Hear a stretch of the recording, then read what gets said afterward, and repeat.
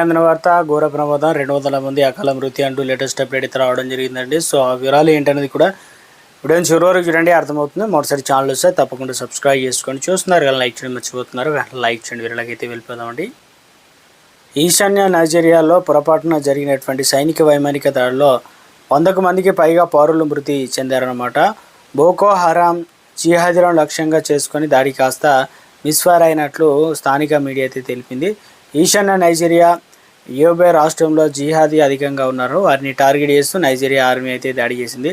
ఆ పొరపాటున ఒక గ్రామ మార్కెట్ పైన దాడి జరిగి 100కు పైగా ప్రాణాలు కోల్పోయారు. 10ల సంఖ్యలో తీవ్రంగా గాయపడ్డారు. తమ దాడి విఫలమైందని, పొరపాటు జరగడం నిజమేనని అక్కడ అధికారులు అంగీకరించారు. అయితే మరిన్ని వివరాలు తెలిపేందుకు నిరాకరించారు. కాగా అక్కడ ఆర్మీ జిహాదీలో తరచుగా ఘర్షణలు జరుగుతుంటాయి.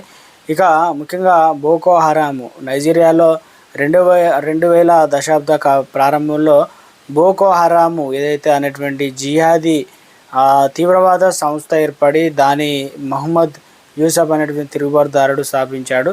నైజీరియాలో పాశ్చాత్య విద్యా నిషేధం, కఠినమైన షరియా చట్టాల అమల్లోకి దేశాన్ని ఇస్లామిక్ స్టేట్గా మార్చాలనేదే బోకో హరాం ఉద్దేశం. 2003లో అంటే యూసఫ్ మరణం తర్వాత సంస్థ పగ్గాలు అబూబకర్ షెకావత్ చేతికి వెళ్ళాయన్నమాట. అబూబకర్ ఆధ్వర్యంలో జిహాదీ అత్యంత హింసాత్మక ఘటనలు పాల్పడుతున్నారు. సామూహిక హత్యలు, బాంబుల దాడులు, కిడ్నాప్లతో సహా అనేక నేరాలు చేస్తున్నారు. ఇందులో వచ్చేసి ముఖ్యంగా 2014లో చిబోకులో పాఠశాలపైన దాడి చేసి 200 మందికి పైగా బాలికలను కిడ్నాప్ చేయడం అంతర్జాతీయంగా ప్రకంపనలు సృష్టించింది. వారి అరాచకాలపై ఎంతోమంది ప్రాణాలు కోల్పోయారు. లక్షలాది